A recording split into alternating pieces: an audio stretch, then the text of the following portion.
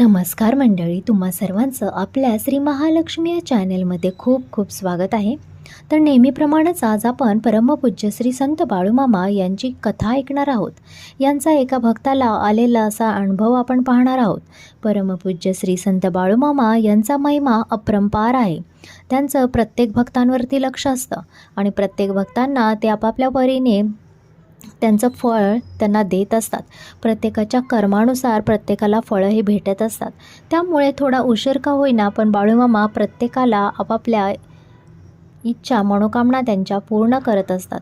तर अशीच विमल नावाची एक मुलगी तिच्या गरीब आईवडिलांसोबत राहत होती. विमल ही एकुलती एक होती, पण आईवडील गरीब घरातले असल्यामुळे तिची कोणतीच हौसमौज झाली नव्हती. तिनं शिक्षण तर पूर्ण केलं, पण आता शिक्षण झाल्यानंतर आता लग्नाचं काय? आपण गरीब घरातले आहोत, तर आपल्याला एक चांगलं स्थळ भेटावं ही तिची अपेक्षा होती. कारण आपलं सगळं बालपण गरीब घराण्यात गेलं होतं. तर तिच्या आईवडिलांनाही वाटत होतं की आपल्या मुलीला चांगल्या घरात जावी आणि चांगलं तिचं व्हावं म्हणून. पण काय करणार, गरिबाच्या पोरीला गरीबातच जावं लागतं. कारण मोठ्याची मुलं गरिबांच्या मुलीला पसंत करत नाहीत, कारण त्यांच्यासुद्धा अपेक्षा खूप मोठ्या असतात. त्यांनाही वाटतं आम्हालाही भरभरून हुंडा द्यावा, गाडी द्यावा, बंगला द्यावा, या आजकालच्या पोरांच्या अपेक्षा वाढलेल्या असतात. मुलगी तर खूप सोज्वळ आणि दिसायलाही सुंदर होती. स्वयंपाक तर अगदी भारी करत होती की जसं काही सुगरणच होती. एवढी चांगली मुलगी, पण तिला पैशामुळे प्रत्येक ठिकाणाहून नकार येत होता. तर अशामध्येच गरिबाचं स्थळ तिला होकार देत होते, पण तिच्या आईवडिलांना कुठेतरी वाटत होतं की आपली मुलगी चांगल्या घरात जावी. तर अशामध्येच खूप दिवस जात होते आणि तिचं काही लग्न ठरत नव्हतं.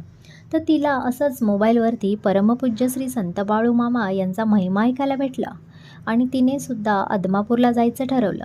आईवडिलांना घेऊन ती परमपूज्य संत बाळूमामा यांच्या चरणावरती डोकं ठेवायला आदमापूरला गेली. आईवडिलांनी आदमापूरला बाळूमामांच्याकडे मागणं मागितलं की आमच्या मुलीचं लग्न चांगल्या घरात व्हावं आणि तिचं तुम्ही कल्याण करा. आम्ही 21 फेऱ्या तुम्हाला मारू. दर अमावस्येला 21 वाऱ्या आम्ही तुम्हाला करू. तर अशामध्ये ते माघारी आले आणि त्यांना पहिलं स्थळ हे गणेशचं आलं.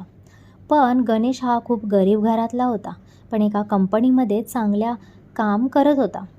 तर विमल बोलली की मला याच मुलाशी लग्न करायचं आहे आणि ती हट्टाला पेटली. आई वडील देखील तिच्या हट्टापुढे नतमस्तक झाले आणि तिने गरीब घरातल्या गणेशचं लग्न लावून दिलं. तर अशामध्ये ती तिच्या नवऱ्याच्या घरी गेली. नवऱ्याच्या घरी एवढी गरिबी होती की 2 वेळच्या अन्नाचं सुद्धा तिला वांदं पडत होतं.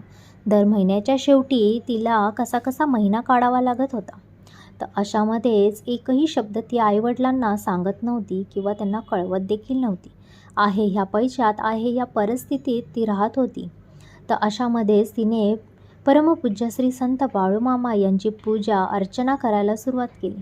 त्या घरात जाऊन तिने परमपूज्य श्री संत बाळूमामा यांची भक्ती करायला चालू केली आणि आदमापूरच्या वाऱ्या करायला सुरुवात केली. तर अशामध्येच तिच्या नवऱ्याला मॅनेजरची पोझिशन भेटली. 6 महिन्यातच त्याने स्वतःची फॅक्टरी टाकली आणि त्याच्या घरी पैशाची बरकत व्हायला लागली.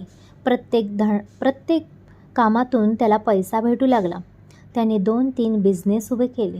तर एवढं सगळं झालं परमपूज्य श्री संत बाळूमामा यांच्या कृपेमुळे. कारण त्यांच्यावरती जेव्हा तुम्ही विश्वास ठेवून कोणतं काम करताना, तेव्हा त्या कामाला नक्कीच यश भेटत असतं. त्यामुळे तुम्हालाही जर कोणत्या कामात यश पाहिजे असेल तर आदमापूरला नक्की या आणि बाळूमामांच्या डोक्यावरती डोकं ठेवून नक्की त्यांच्याकडे मागणं मागा. बाळूमामा तुमची अपेक्षा नक्कीच पूर्ण करतील आणि एक ना एक दिवस तुम्हाला देखील सुखाचे दिवस नक्की येतील. तर ही होती आजची कथा आपली आणि हा होता आपल्या एका भक्ताला आलेला अनुभव. तर बोला परमपूज्य श्री संत बाळूमामा यांच्या नावाने चांग भलं.